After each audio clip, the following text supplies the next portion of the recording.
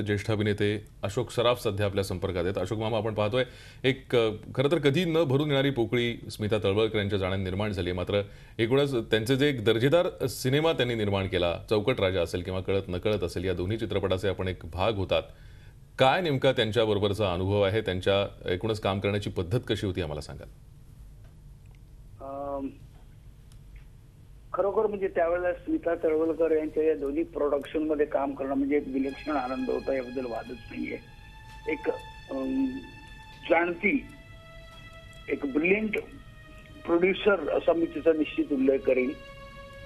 चित्रपटाची बांधणी, चित्रपटाचा संबंध शूटिंग आणि त्याच्यानंतर त्याचे प्रदर्शित करण्यापर्यंत तिची विलक्षण जी धडपड असायची त्याला काही तोड नाहीये. त्यामुळे तिचे सगळे पिक्चर हे बहुतेक हिट झालेले आहेत सगळे. मी तिचे 2 पिक्चर केले. दोन्ही पिक्चर मध्ये मला तिने इतके सुंदर कॅरेक्टर्स दिले की काय विचारायला नको.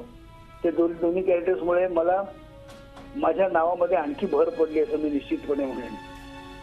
एक चांगली बाई, एक चांगली मैत्रीण असं मी तिचा उल्लेख करीन. तिच्या जाण्याने दुःख तर आहेच, त्याबद्दल काय वादच नाही. पण चित्रपट सृष्टीचं खरंच एका प्रोड्युसरला, एका चांगल्या प्रोड्युसरला मुकला एवढा मात्र निश्चित.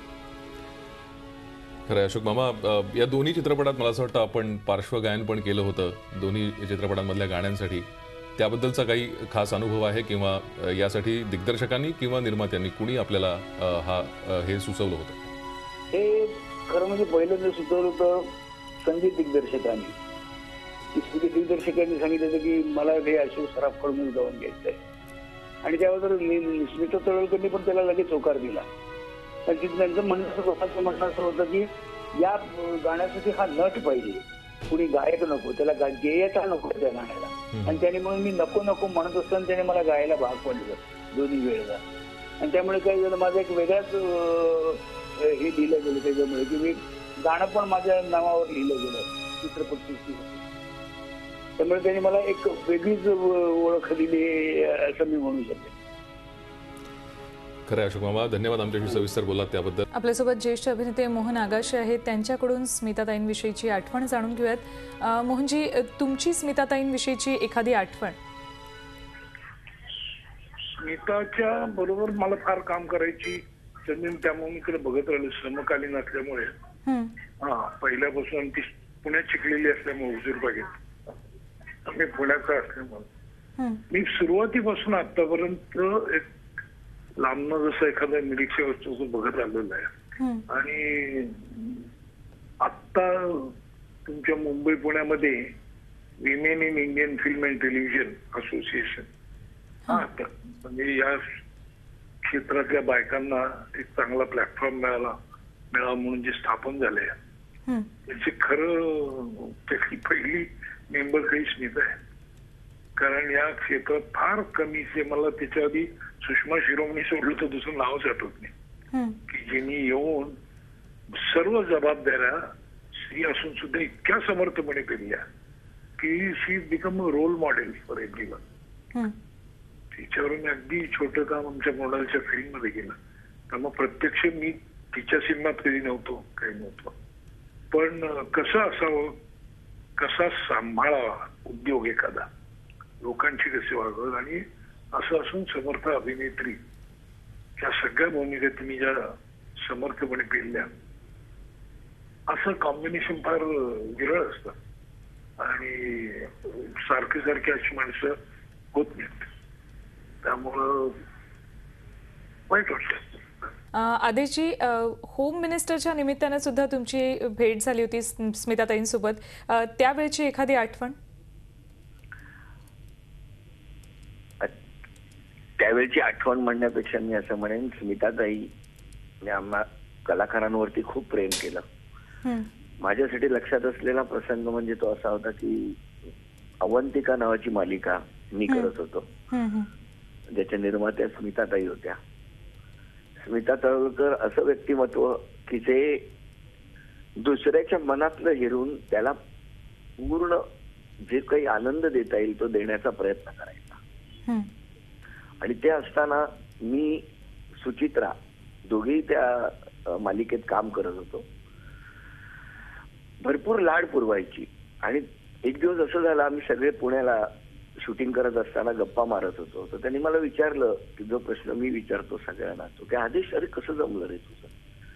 आणि मग जेव्हा त्यांना कळलं की आम्ही दोघांनी कोर्ट मॅरेज केलेलं आहे, दुसऱ्या दिवशी सेटवरती तिने एका रात्रीत असं काही सगळं कोऑर्डिनेट केलं होतं आणि म्हणाली, कारण माझं आणि सुचित्राचं लग्न होतं त्या मालिकेत, असा सिक्वेन्स होता.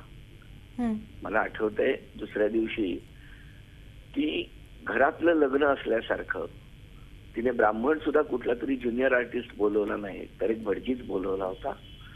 आणि मग सगळ्यांना तिने SMS पाठवले होते, सगळ्यांना बोलवलं होतं, सगळ्या सहकलाकारांना. आणि लग्नात, माझ्या लग्नात राहिलेले सगळे विधी तिने अगदी घरच्या मुलाचं लग्न करते आहे अशा पद्धतीने सेटवरती माझं आणि सुचित्राचं तिने पुन्हा लग्न लावलं होतं. म्हणायला तो सीन होता, पण फोटो पासून सगळं तिने जे काही मॅनेज केलं होतं ती आठवण मी कधी विसरणार नाही. मला असं वाटतं खूप लाड केले माझे सुचित्रातले. एक उत्तम निर्माती, एक उत्तम दिग्दर्शिका आणि त्याच्या पलीकडे जाऊन दुसऱ्याचा विचार करणारी एक अभिनेत्री आमची ताई. आम्ही सगळे स्मिता ताई म्हणायचो तिला, पण तिचं जाणं हे खूप धक्कादायक आहे. होम मिनिस्टर मध्ये सुद्धा तिला भेटलो होतो आणि जेव्हा होम मिनिस्टरचं एपिसोड करायचं होतं तेव्हा सुद्धा एक वेगळं आव्हान होतं. ते म्हणजे नुकतंच तिचा आजार, म्हणजे ती हॉस्पिटलमधनं बाहेर आली होती आणि अशा वेळेला तिला एक कॉन्फिडन्स आणि तिला एक वेगळ्या पद्धतीने ते जाणवून देतात, तिच्याशी गप्पा मारायच्या होत्या. तेव्हाही तिने किंबहुना आम्हाला असं जाणवूच दिलं नाही की असं काही तिला झालेलं आहे. तिनेच उलट खूप वेगळ्या पद्धतीने आम्हाला कॉन्फिडन्स दिला. मला नेहमी म्हणायची, आदेश भरपूर काम कर आणि जे जे काही करतोयस ना त्या सगळ्याला आम्ही आहोत बरोबर तुझ्या. जरा काही खट झालं, खूट झालं की पहिला फोन स्मिता ताईचा येणार. मला असं वाटतं आमची या क्षेत्रातली ताई निघून गेली, म्हणजे मी सुचित्रा आम्ही दोघी त्यासाठी आहोत. आता मी मग अशी त्या सगळ्या आठवणी बोलत होतो. सकाळी एक वाईट बातमी आलेली आहे, खूप खूप पोकळी निर्माण झाली आहे, खूप नुकसान झालेलं आहे आणि खरंच दुसऱ्याच्या मनाचा विचार करणारी माणसं जेव्हा निघून जातात तेव्हा खूप त्रास होतो. स्मिता ताईला मनापासून श्रद्धांजली. झी 24 तास रहा एक पाऊल पुढे.